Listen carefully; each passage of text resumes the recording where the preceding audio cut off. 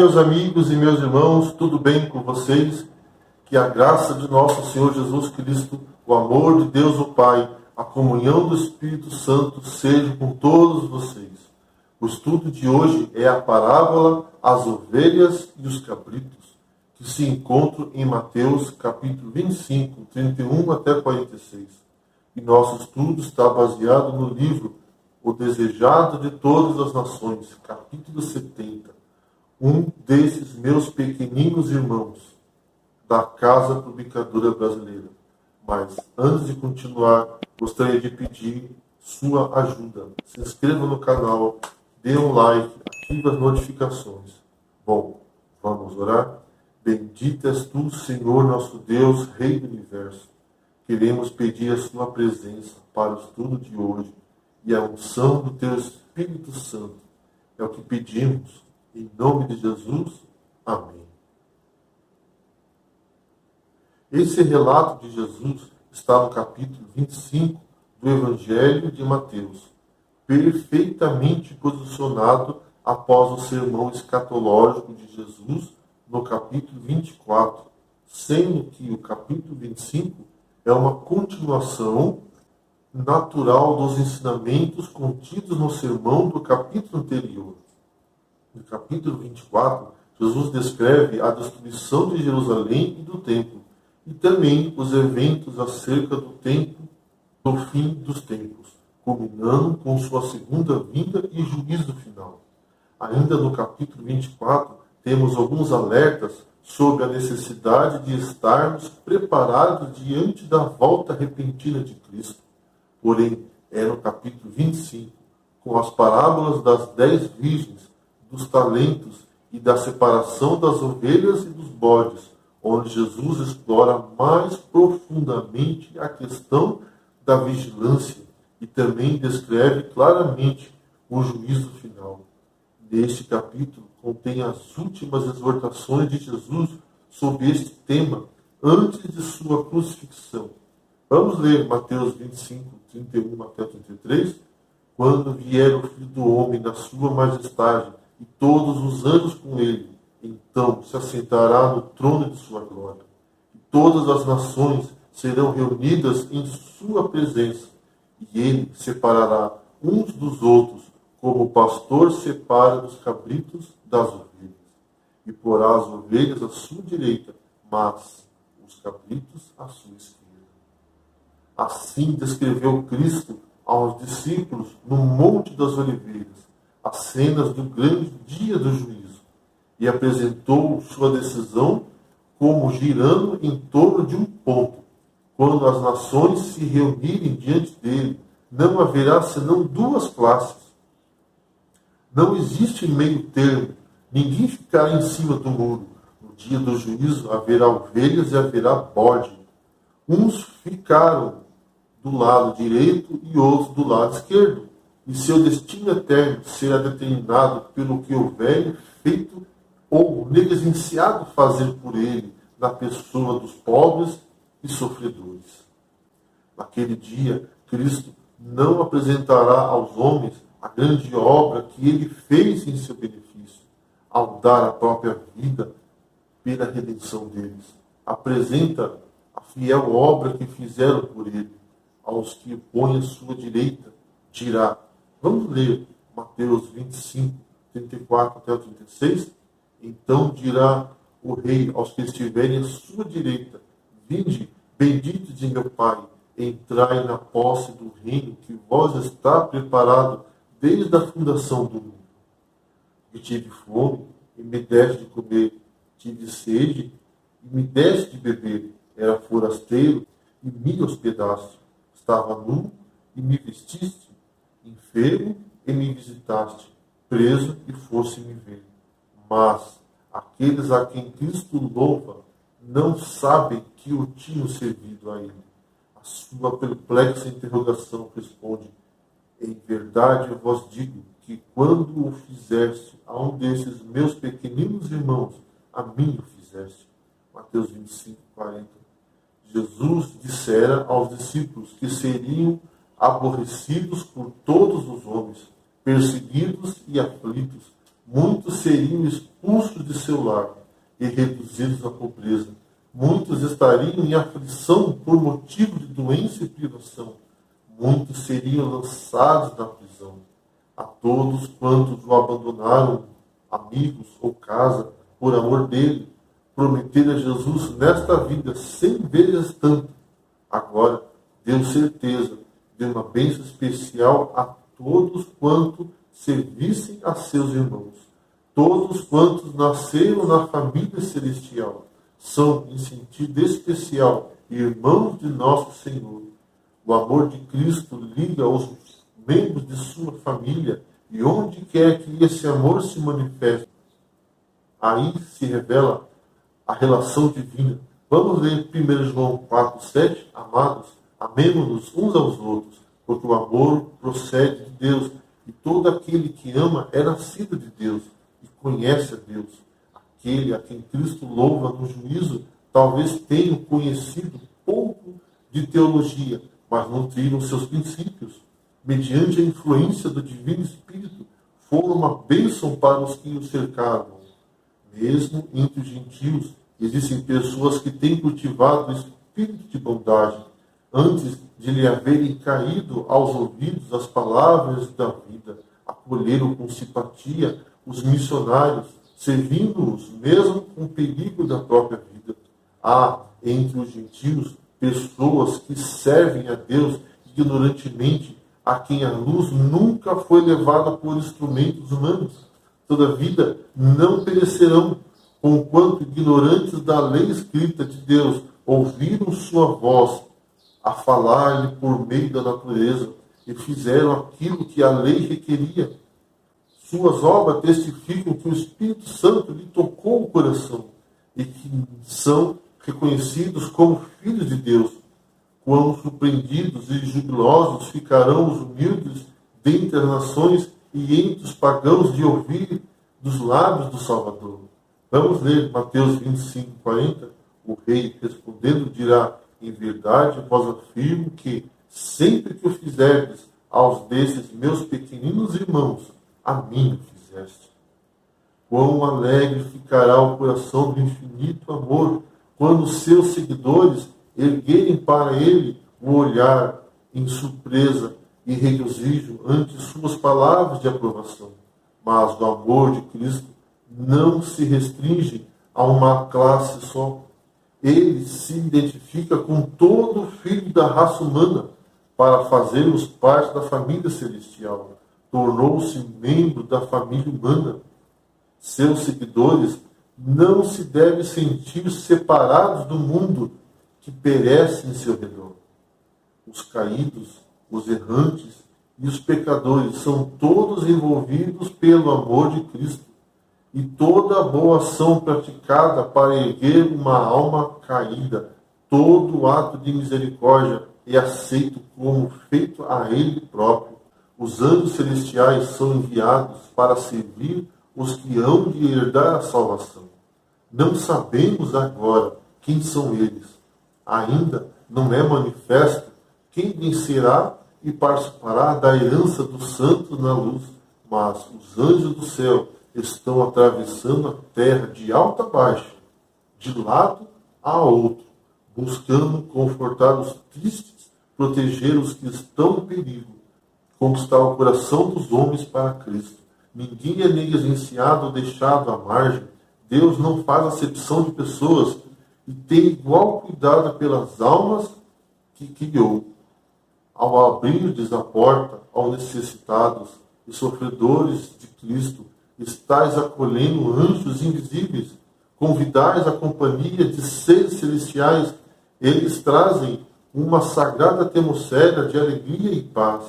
Vem com louvores nos lábios, a uma nota correspondente se ouve no céu. Todo ato de misericórdia promove música ali.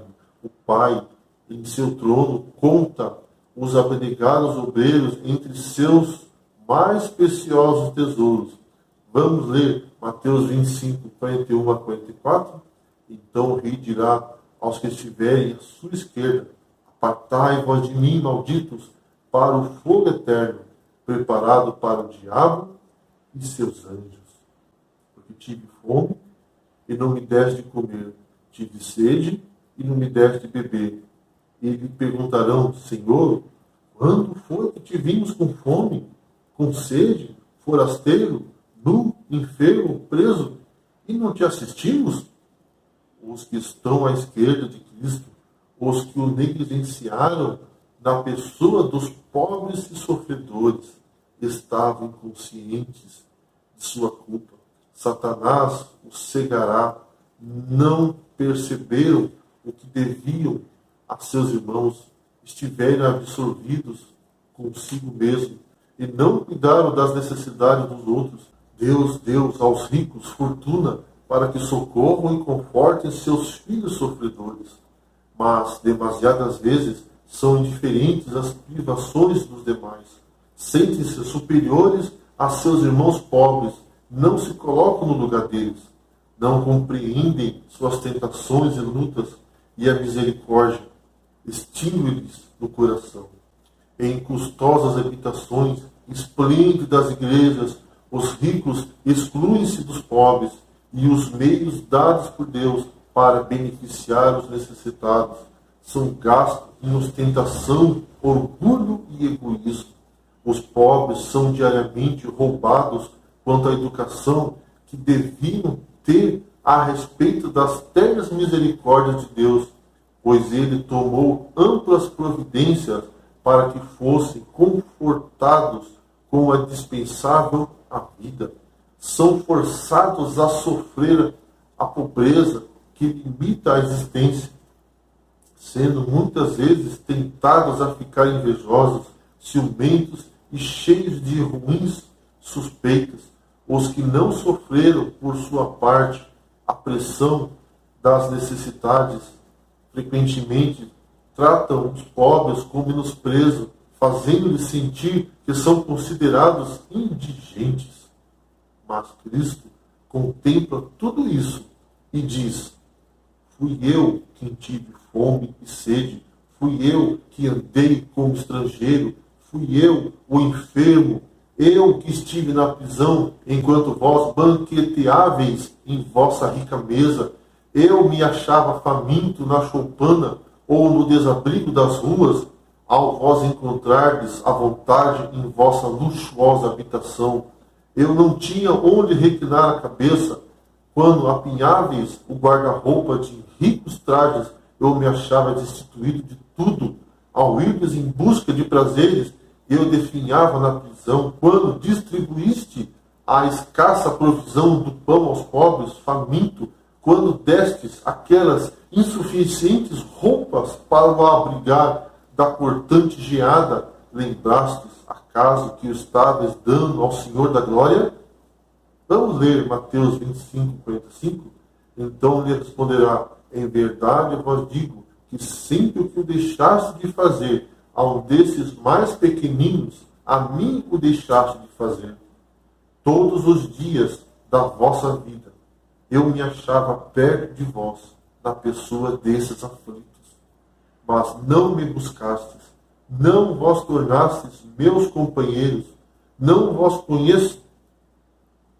Muitos pensam que seria grande privilégio visitar os cenários da vida de Cristo na terra, andar pelos lugares por onde ele, trilhados, contemplar o lago, à margem do qual gostava de ensinar, as montanhas e vales em seus olhos, tantas vezes espousados. Mas não necessitamos ir a Nazaré, a Cafarnaum ou a Betânia para andar nos passos de Jesus. Encontraremos suas pegadas juntos aos leitos dos doentes, na choça da pobreza, nos apinhados becos dos grandes cidades e em qualquer lugar onde há corações humanos necessitados de consolação. Fazendo como Jesus fazia quando na terra, andaremos em seus passos. Todos podem encontrar qualquer coisa para fazer, disse Jesus, e ninguém deve julgar que não haja lugar onde possa trabalhar para ele. Milhões e milhões de almas quase a perecer, ligadas em cadeias de ignorância e pecado, nunca ouviram tal coisa como seja o amor de Cristo por eles? Invertidas as condições que desejaríamos que fizesse por nós? Tudo isso, o quanto estiver ao nosso alcance, achamos-nos na mais solene obrigação de fazer por eles. A regra da vida dada por Cristo, aquela pela qual cada um de nós deve subsistir ou cair no juízo. O Salvador deu sua preciosa vida a fim de estabelecer sua igreja capaz de cuidar de almas aflitas e tentadas no grande dia do juízo. Os que não trabalharam para Cristo, que andaram no sabor dos ventos, só pensando em si, cuidando de si, serão postos pelo juiz de toda a terra, com o que fizeram o mal, receberão a mesma condenação. A toda alma é confiado um depósito, de cada um pedirá contas o sumo pastor. Vamos ler Jeremias 13, 20 e 21. Levantai os olhos e vede os que vêm do norte. Onde está o rebanho que te foi confiado? O teu lindo rebanho? Que dirá, pois, ele puser por cabeça contra ti aqueles a quem ensinaste a ser amigo? Acaso não se apoderará de ti as dores como a mulher que está no parto? Certamente, no dia do juízo, as obras serão reveladas, porém, não serão elas que farão com que os justos herdem o reino.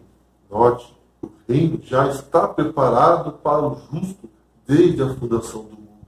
Vamos ler Mateus 25, 34.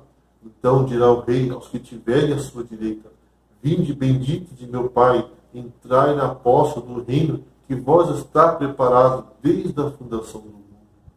Então, em decorrência de suas boas obras, o reino preparado para o justo é unicamente um ato da vontade de Deus, concebido ainda na eternidade, que elegeu esse justo por sua maravilhosa graça para ser uma das ovelhas de seu rebanho.